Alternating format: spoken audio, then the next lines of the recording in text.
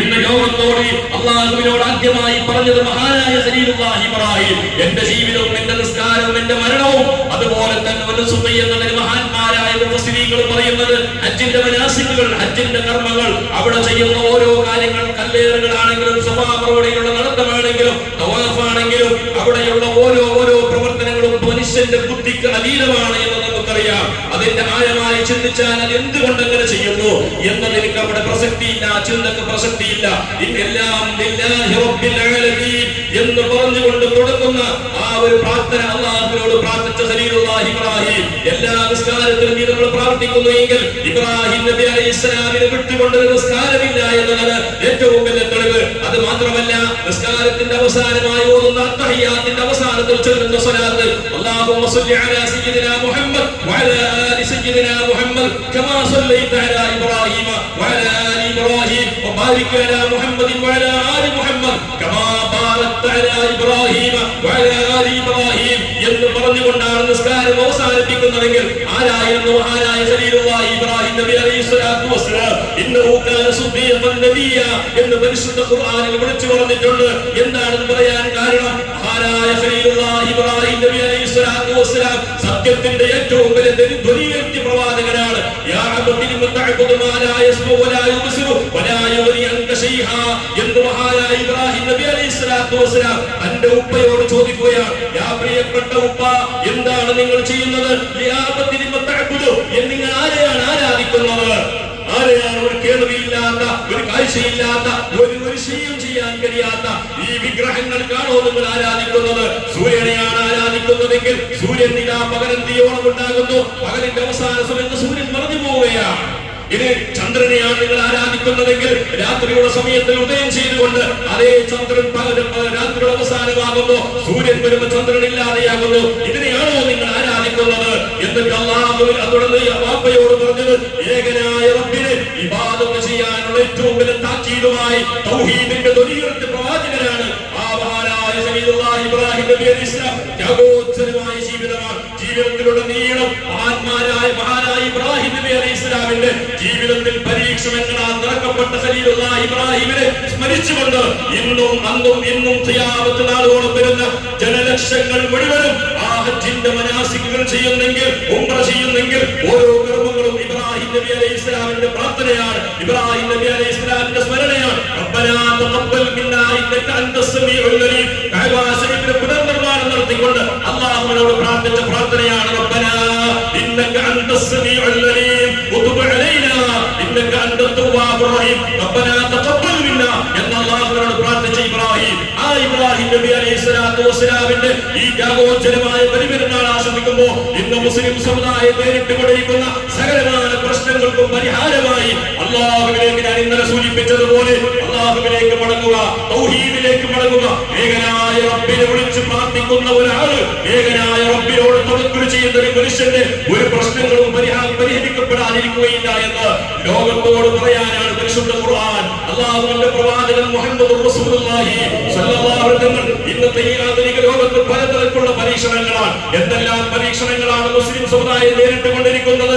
രാജ്യത്തൊരു മുസ്ലിമാണെന്ന് ഉജ്ജ്വത്സരം പ്രഖ്യാപിക്കാൻ കഴിയാത്ത പേടിച്ച് ജീവിക്കുന്ന ഒരവസ്ഥ വന്നു പോയിട്ടുണ്ടെങ്കിൽ നമുക്കറിയാം. ഉത്തരേന്ത്യയിൽ നടന്ന ഈ രണ്ട് കൊല്ലം മുമ്പ് കടന്നവർ വായിച്ച നമുക്കറിയാം. ഒരു ചെറുപ്പക്കാരനായ മുഹമ്മദ് മുദസ്സിർ ആലിം എന്ന് പറയുന്ന ഒരു ചെറുപ്പക്കാരൻ, ആ ചെറുപ്പക്കാരൻ പ്രവാചകനെതിരെ കാർട്ടൂണുകൾ വരച്ചപ്പോൾ അല്ലാഹുവിന്റെ പ്രവാചകനെ എത്തിയപ്പോൾ അവിടെ ഇസ്ലാം ജിന്ദാബാദ് എന്ന് വിളിച്ചതിന്റെ പേരിൽ മാത്രം ആ പൊന്നുമകനെ 14 വയസ്സുകാരനായ ആലിം മുദസ്സിർ എന്ന് പറയുന്ന ചെറുപ്പക്കാരനെ അവിടെ വെടിയുണ്ടകൾക്ക് മുമ്പിൽ ആ കുട്ടി പിടഞ്ഞു മരിക്കേണ്ടി വന്നിട്ടുണ്ടെങ്കിൽ അതല്ല ഇവിടെ വിഷയം.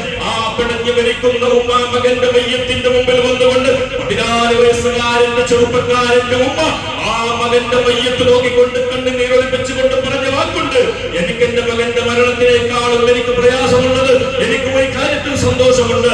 എന്റെ മകൻ പറഞ്ഞ ഇസ്ലാം ജിന്ദാബാദ് ആണെങ്കിൽ അത് തന്നെയാണ് എനിക്കും പറയാനുള്ളത്. ശത്രുകിങ്കരന്മാരെ മുഖത്ത് നോക്കിക്കൊണ്ട് ആ ഉമ്മ വിളിച്ചു പറഞ്ഞ ഒരു കാര്യം ഇതാ എനിക്കും പറയാനുള്ളത്. ഇസ്ലാം ജിന്ദാബാദ്, ഇസ്ലാം ഇസ്ലാം വിജയിക്കട്ടെ, ഇസ്ലാം വിജയിക്കട്ടെ എന്നതാണെങ്കിൽ അന്നും ആ പ്രവാചകന്മാർക്ക് ഏറ്റെടുക്കേണ്ടി വന്ന പരീക്ഷണത്തിന്റെ ഒരു ഭാഗമായി ആ ഉമ്മത് ഏറ്റെടുത്തിട്ടുണ്ടെങ്കിൽ അവർക്ക് ഇന്നും ലോകത്തെ ഇസ്സത്താണ്. ഒരുപക്ഷെ ജീവിതത്തിൽ മരിച്ചു പോയിട്ടുണ്ടാകാം, അവരുടെ ദുനിയാവിയായ സുഖങ്ങൾ നഷ്ടപോയിട്ടുണ്ടാകാം. ആഖിറത്തിൽ കാലാകാലം അവശേഷിക്കുന്ന സുഖാനുഭൂതികൾ അവരെ കാത്തുനിൽക്കുമ്പോൾ എന്റെ വിശ്വാസികളോട് പറയാനുള്ളത്, പരീക്ഷണങ്ങൾ തരണം ചെയ്യാനുള്ള കഴിവുണ്ടാകണം, ഈമാനിയായ നിനക്ക് ബോധമുണ്ടാകണം, പരസ്പരം സൗഹൃദത്തോടുകൂടെ ജീവിക്കണം, ഇസ്ലാമായി ജീവിക്കണം. പ്രവാചകന്മാരുടെ ഏറ്റവും വലിയ വിശേഷണം എന്ന് പറയുന്നത് സുന്നത്ത എന്നുള്ളതാണ്. സത്യസന്ധതയില്ലാത്ത പ്രവാചകരും ലോക ചരിത്രത്തിൽ കടന്നുപോയിട്ടില്ലല്ലോ. പ്രവാചകന്മാരുടെ ഏറ്റവും വലിയ മുദ്രാവാക്യം സത്യസന്ധതയാണ്. ഒരു വിശ്വാസിയുടെ ഏറ്റവും വലിയ മുദ്രാവാക്യം ഉണ്ടാകേണ്ടത്, വിശേഷമായ ഗുണമുണ്ടാകുന്നത് സത്യത്തിന്റെ കൂടെ നിൽക്കുക.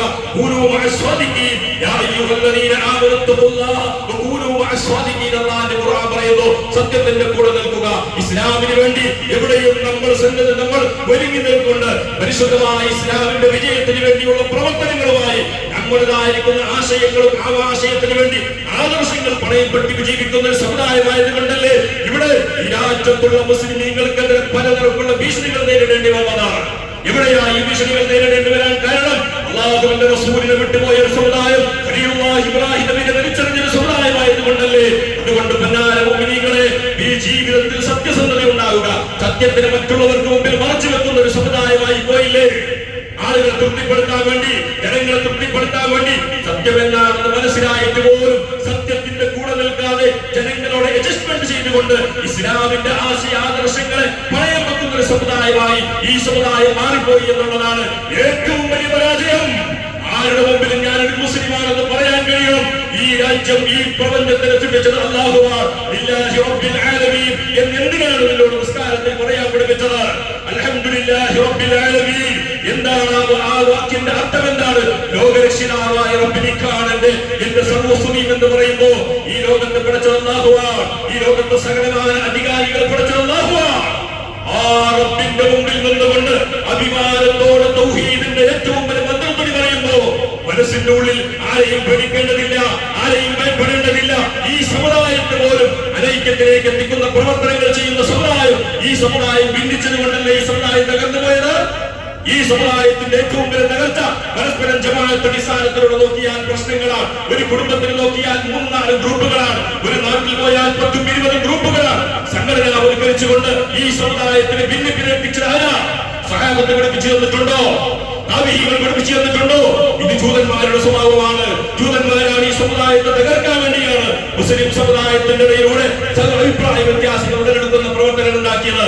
അതുകൊണ്ട് ഐക്യബദ്ധമായി സമുദായത്തിന്റെ കാര്യത്തിൽ നിൽക്കുമ്പോൾ ഐക്യതയോടുകൂടെ, സാവധാനത്തോടുകൂടെ, സന്തോഷത്തോടുകൂടെ ചോരക്കലഹങ്ങൾ ഉണ്ടാക്കുന്ന മുസ്ലിം നമ്മളായി പോകരുത്.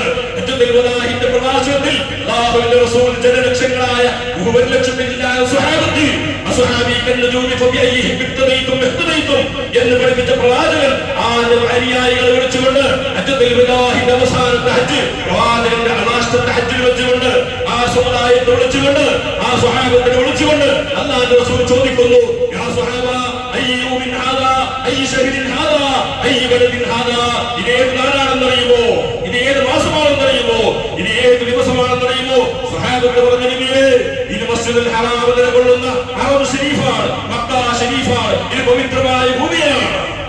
ഇന്ന് നമുക്കറിയാം, മിനയുടെ താഴ്വരത്തിനടുത്ത് അറഫാ ഭൂമിയിലൂടെ ആ പർവ്വതത്തിന്റെ മുകളിൽ കയറിക്കൊണ്ട് സ്വഹാബത്തിനോട് ചോദിച്ചപ്പോൾ ഇത് പരിശുദ്ധമായ ഭൂമിയാണെന്ന് പറഞ്ഞു, ഇത് പരിശുദ്ധമായ മാസമാണെന്ന് പറഞ്ഞു, ഇത് പരിശുദ്ധമായ ദിവസമാണെന്ന് പറഞ്ഞു. അല്ലാഹുവിന്റെ റസൂൽ ആ സമുദായത്തോട്, ആ സ്വഹാബത്തിനോട് ഖിയാമത്ത് നാളോളം വരുന്ന ജനങ്ങൾക്ക് എത്തിക്കാൻ സന്ദേശം പഠിപ്പിച്ചു കൊടുത്തു. സ്വഹാബത്തെ, ഈ മാസത്തെ ബഹുമാനിച്ചതുപോലെ, ഈ മാസത്തിന് പവിത്രമുള്ളതുപോലെ, ഈ മാസത്തിന്, ഈ ദിവസത്തിന് ബഹുമാനമുള്ളതുപോലെ, ഈ സമയത്തിന് ബഹുമാനമുള്ളതുപോലെ ഒരു മുസ്ലിമിന്റെ രക്തം ചിന്തരുത്, ഒരു മനുഷ്യന്റെ രക്തം ചിന്തരുത്, ഒരു മനുഷ്യനെയും രക്തത്തിനെ ഉണ്ടാകരുത്, ഒരു മനുഷ്യന്റെ അഭിമാനത്തിലേക്ക് കയറരുത്. നമ്മളാരും കൊല ചെയ്തിട്ടില്ല എന്നുള്ളത് നമുക്കൊരു സമാധാനമുണ്ട്. ആരെയും ചോര ഒലിപ്പിക്കാൻ നമ്മൾ പോയിട്ടില്ല. അതേ തുടർത്തിക്കൊണ്ട് അല്ലാഹുവിന്റെ പരിശുദ്ധ ഖുർആൻ പറഞ്ഞു, അതുപോലെ നിങ്ങളുടെ മറ്റുള്ളവന്റെ മുതലും അവന്റെ ചോര ഒലിപ്പിക്കും അവന്റേതായിരിക്കുന്ന അഭിമാനത്തിന് കൈയിടുന്ന ഹറാമാണ്. ഇതാണ് ഹജ്ജത്തുൽ വദാഇന്റെ ഏറ്റവും വലിയ സന്ദേശം. ജനങ്ങളെ നാണം കെടുത്തുക, ജനങ്ങളെ ഫളിഹത്താക്കുക, അങ്ങാടി കവലകളിൽ നിന്നുകൊണ്ട് മറ്റുള്ളവരുടെ കുറ്റവും കുറവുകളും എണ്ണി പറയുന്നത് ഹറാമാണെന്ന് ലോക പ്രഖ്യാപിച്ച പ്രവാചകൻ ഹജ്ജത്തുൽ വിദാഇന്റെ സന്ദേശം ഇതാണ്. ഇത് പറയാനാണ് ഹജ്ജത്തുൽ വിദാഇലൂടെ അല്ലാഹു റസൂൽ സ്വഹാബത്ത് നിർമ്മിച്ചു കൂട്ടിയത്. അനൈക്യങ്ങൾ ഉണ്ടാക്കുന്ന നമ്മളല്ലേ? നമ്മൾ മറ്റുള്ളവന്റെ കുറ്റവും കുറവുകളും അങ്ങാടി കബറുകളിൽ ഇരുന്നുകൊണ്ട് ആരെയോ തൃപ്തിപ്പെടുത്താൻ വേണ്ടി ജീനില്ലാത്തവർക്കെതിരെ ജീനില്ലാത്തവരെ ശബ്ദിക്കേണ്ട ബാധ്യതയല്ലേ? ജീനിനെതിരെ ആരും വന്നാലും അത് നമ്മുടെ സമുദായത്തിൽപ്പെട്ടവരാണെങ്കിലും ശരി, അന്യ സമുദായത്തിൽപ്പെട്ടവരാണെങ്കിലും ശരി, പരിശുദ്ധമായ ഇസ്ലാമിനെതിരെ ആരെ ശബ്ദിച്ചാലും അതിനെ പ്രതിരോധിക്കേണ്ടത് ഈമാനുള്ള മനുഷ്യന്റെ ബാധ്യതയല്ലേ? അതുകൊണ്ട് ഇത്തരം കാര്യങ്ങളെല്ലാം ജീവിതത്തിൽ മുറുകെ പിടിച്ചുകൊണ്ട് സൗഹൃദം മുറുകെ പിടിക്കുക, പരസ്പരം മനുഷ്യരെ സ്നേഹിക്കുക. സ്വഹാബത്ത് സ്നേഹിച്ചതുപോലെ മഹാന്മാരായ മഹത്തുക്കളായ സ്വഹാബത്ത് ആ പരസ്പര സൗഹൃദത്തോടു കൂടി ജീവിച്ചതുപോലെ അവർക്ക് ബറക്കത്തുണ്ടായിരുന്നു, അവർക്ക് മാരകമായ രോഗമുണ്ടായിരുന്നില്ല, അവർക്ക് കച്ചവട നഷ്ടങ്ങൾ ഉണ്ടായിരുന്നില്ല, സാമ്പത്തികമായ പ്രയാസങ്ങൾ ഉണ്ടായിരുന്നില്ല. ചെറിയ ചെറിയ സാമ്പത്തിക വരുമാനം കൊണ്ട് വലിയ ബറക്കത്തുള്ള ജീവിതം നയിച്ച സ്വഹാബത്ത് യുദ്ധക്കളത്തിലേക്ക് പോയ സ്വഹാബത്ത് എന്താ പറഞ്ഞത്? ഒരു ഈത്തപ്പഴം 5ഉം 6ഉം പേര് കഴിച്ചിട്ടാണ് ഞങ്ങൾ യുദ്ധക്കളത്തിലേക്ക് പോയത്. എന്താ നമ്മുടെ അവസ്ഥ? നമുക്ക് 25 ഈത്തപ്പഴം തിന്നാൽ നമ്മൾ ഉച്ചത്തെ ഭക്ഷണം കുറയോ? രാവിലെ നാഷ്ടയില്ലാന്ന് പറഞ്ഞ് 25 ഈത്തപ്പഴം തിന്നാൽ നമ്മുടെ വയറ് കുറയില്ല. എന്നാൽ ആ സ്വഹാബത്ത് യുദ്ധക്കളത്തിലേക്ക്, മരുഭൂമിയിലേക്ക്, ചുറ്റുകൊള്ളുന്ന മരുഭൂമിയിലേക്ക്, ശത്രുക്കളുടെ വാളുകൾക്ക് മുമ്പിലേക്ക് പോകുന്ന ആ സ്വഹാബത്ത് പറഞ്ഞത് ഒരു ഈത്തപ്പഴത്തിന് 7ഉം 8ഉം ആളുകൾ കഷ്ടമാക്കി തിന്നത് യുദ്ധക്കളത്തിലേക്ക് പോയിട്ട് ഒരു ദിവസം മുഴുവനും ഭക്ഷണമായിരുന്നു. അവർക്ക് ബറക്കത്തുണ്ടായിരുന്നവർക്ക് അവരുടേതായിരിക്കുന്ന ബറക്കത്ത് എന്തുകൊണ്ട്? പരസ്പരം സൗഹൃദമായിരുന്നവരുടെ, സ്നേഹമായിരുന്നവരെ. അൽ മുസ്ലിം മൻ സലിമ അൽ മുസ്ലിമൂന മിൻ ലിസാനിഹി വ യദിഹി. അല്ലാഹുവിന്റെ റസൂൽ സ്വഹാബത്തിനെ പഠിപ്പിച്ചത് എന്താണ്? അയൽവാസി പട്ടിണി കിടക്കുമ്പോൾ വയറ് നിറച്ചു ഉണ്ണുന്നവർ എന്റെ സമുദായത്തിൽപ്പെട്ടവരല്ലെന്ന് ലോകത്തോട് പഠിപ്പിച്ച പ്രവാചകൻ. ഇതെല്ലാം സന്ദേശങ്ങളിൽ ഉണ്ടായിട്ടും നമുക്ക് ഇസ്ലാമില്ല എന്നുള്ളതാണ് നമ്മുടെ ജീവിതത്തിന്റെ ഏറ്റവും വലിയ തകർച്ച. അതുകൊണ്ട് പൊന്നാര മുഅ്മിനീങ്ങളെ വീട്ടിൽ പറയാൻ അവസരമില്ല. എല്ലാ സഹോദരങ്ങളോടും വെള്ളിയാഴ്ച പറഞ്ഞാൽ നിങ്ങളൊന്നും കിട്ടൂലല്ലോ എന്ന് വിചാരിച്ചുകൊണ്ട് എന്റെ സഹോദരന്മാരോട്, എന്റെ ശബ്ദം കേൾക്കുന്ന ചിലവരായ എന്റെ അനുജന്മാരോട് സ്നേഹത്തോടെ പറയുന്നു, സൗഹൃദത്തോടെ ജീവിക്കുക, സ്നേഹത്തോടെ കൂടെ ജീവിക്കുക.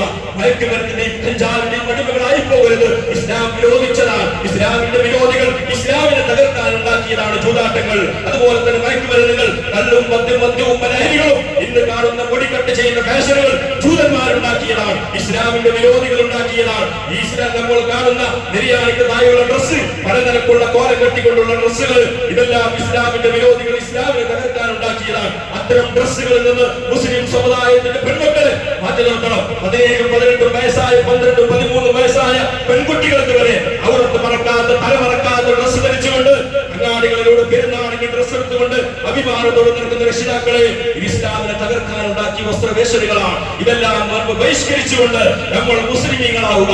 ഇസ്ലാമിനെതിരെ ശ്രദ്ധിക്കുന്നവന്റെ സകലമായ കാര്യങ്ങൾക്കെതിരെ നിന്നുകൊണ്ട് ഇസ്ലാമിന്റെ ഉള്ളിലേക്ക്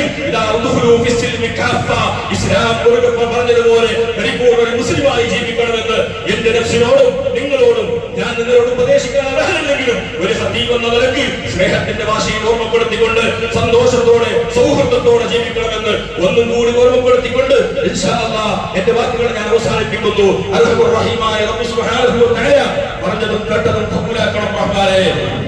ഇസ്ലാമിലേക്ക് പ്രവേശിക്കും.